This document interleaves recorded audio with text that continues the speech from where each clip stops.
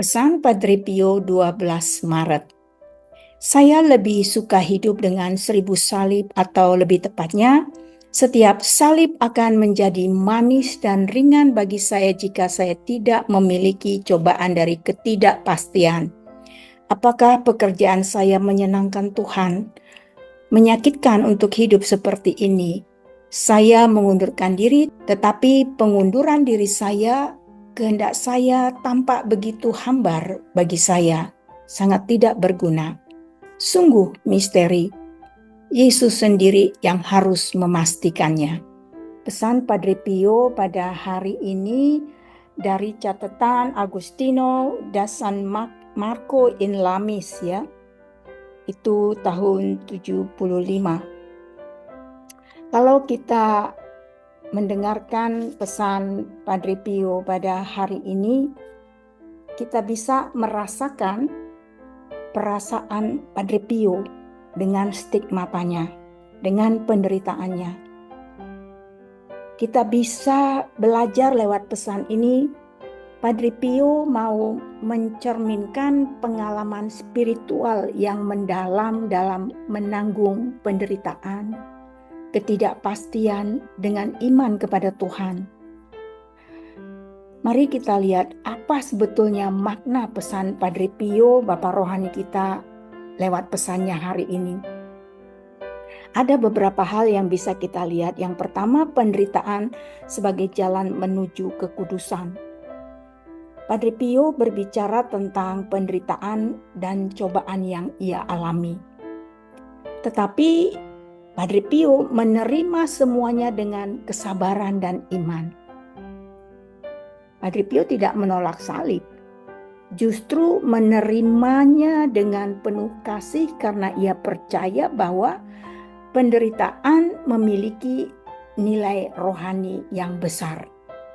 Jadi kalau kita lihat bagian pertama itu antara kegalauan, ketidakpastian, ingin mencabut, mengundurkan diri dari penderitaan itu. Yang kedua, kita bisa lihat ketidakpastian dalam kehendak Tuhan. Padre Pio merasa bahwa apa yang dia kerjakan mungkin tidak menyenangkan Tuhan. Mencerminkan sebetulnya Padre Pio seorang yang sangat rendah hati dan pergumulan rohani yang sering dialami oleh orang-orang kudus pada umumnya. Namun Padre Pio menyerahkan segalanya kepada Tuhan, karena hanya Tuhan yang dapat memastikan apakah jalan yang ditempuh ini benar. Ya, pada bagian akhir di surat ini, ya, pesan ini disampaikan. Lalu yang ketiga, kita bisa lihat bagaimana penyerahan diri kepada Yesus. Meskipun Padre Pio merasa pengunduran dirinya dari kehendak pribadi terasa hambar dan tidak berarti, Padre Pio tetap berusaha menyerahkan dirinya sepenuhnya kepada Yesus. Ini menunjukkan bahwa meskipun iman bisa terasa kering dan penuh tantangan, tetap berada dalam kehendak Tuhan adalah hal yang paling utama. Kita lihat juga kaitan pesan ini dalam kitab suci. Ya, kembali lagi dalam Matius 16 ayat 24. Lalu Yesus berkata kepada murid-muridnya, "Setiap orang yang mengikut aku, ia harus menyangkal dirinya, memikul salibnya dan mengikut aku." Sama seperti yang dikatakan Yesus, ya.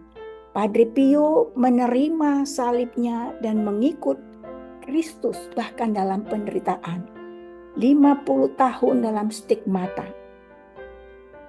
Di dalam 2 Korintus 12 ayat 9-10, "Cukuplah kasih karuniaku bagimu, sebab justru dalam kelemahanlah kuasaku menjadi sempurna. Sebab itu terlebih suka aku bermegah atas kelemahanku, supaya kuasa Kristus turun menaungi aku."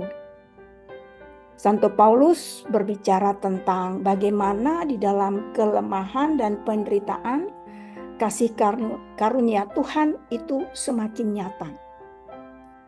Ini juga mencerminkan perasaan Padre Pio yang menemukan makna dalam penderitaan melalui Kristus.